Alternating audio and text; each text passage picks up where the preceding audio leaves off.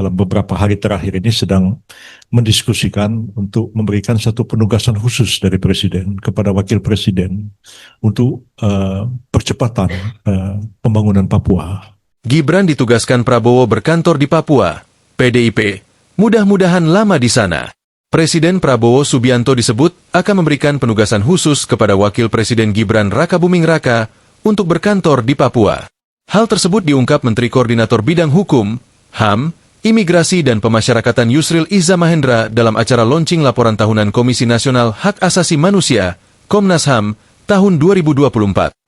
Concern pemerintah dalam menangani Papua ini dalam beberapa hari terakhir ini sedang mendiskusikan untuk memberikan satu penugasan khusus dari Presiden kepada Wakil Presiden untuk percepatan pembangunan Papua.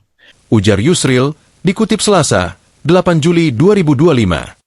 Yusril mengungkap, ini merupakan yang pertama adanya penugasan khusus dari Presiden kepada Wakil Presiden untuk penanganan masalah Papua. Lanjutnya, kemungkinan besar akan ada kantor bagi Gibran di Papua selama menjalani penugasan khusus tersebut. Ya itu, saya kira ini pertama kali Presiden akan memberikan penugasan kepada Wakil Presiden untuk penanganan masalah Papua ini. Karena memang sampai hari ini belum ada penugasan khusus dari Presiden, dan biasanya itu dengan Kepres. Ya.